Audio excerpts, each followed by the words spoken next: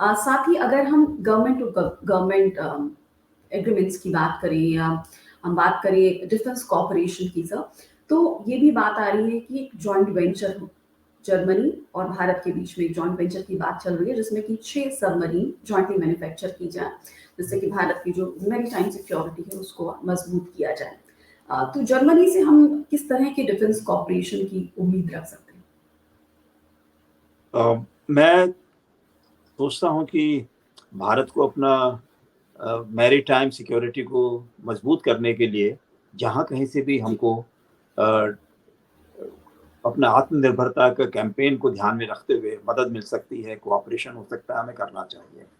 जो ये एचडीडब्ल्यू कंपनी के साथ में बनाने का डीजल सबमरीन्स का कार्यक्रम है, तो इसमें 2 शॉर्टलिस्टेड कंट्रीज़ थे, जर्मन की कंपनी थी और एक साउथ कोरिया की।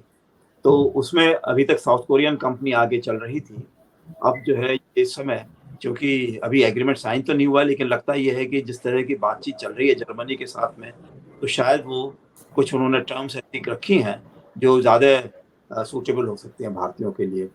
तो हमको खाली ध्यान ये रखना है कि इस टेक्नोलॉजी में कोई ऐसा एग्रीमेंट ना हो जर्मनी का अमेरिका के साथ में या किसी और देश के साथ में, जिसमें वो पीछे से डोर ना खींच ली जाए।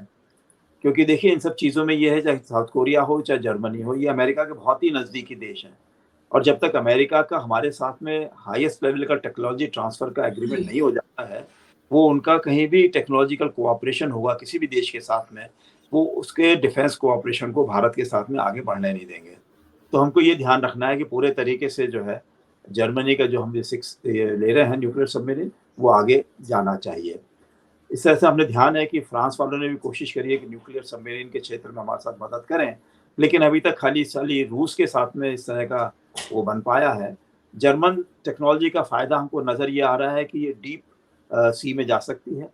इसका जो जी। फुटप्रिंट है या इसका जो सोनर क्षेत्र है पहचानने का, वो बहुत आसानी से चुपचाप निकल सकती है। तो चाइनीज़ जो तरह-तरह के यहाँ पे मैरीटाइम एसेट्स हैं, वो आसानी से नहीं उसको पकड़ पाएँगे। तो हम समझते हैं, और इसकी रेंज भी वो काफ़ी अच्छी है। तो हम समझते हैं कि ये इंडो पैसिफिक क्षेत्र में भारत का जहाँ जिस तरह से भी हमको अपने चाइना के साथ में अपने क्षेत्र को सुरक्षित रखना है, तो उसके लिए आवश्यक है कि जर्मनी के साथ में हम इसको कार्यक्रम को आगे बढ़ाएँ। लेकिन ध्यान ये भी रखना है कि जो हाईएस्ट लेवल का कोऑपरेशन हो सकता है, वो न्यूक्लियर फ़ील्ड में होगा, जिसमें अमेरिका ने अभी तक ज़्यादा आगे बढ़कर नहीं हमको दिखाया है।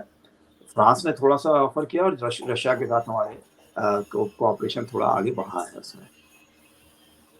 जी।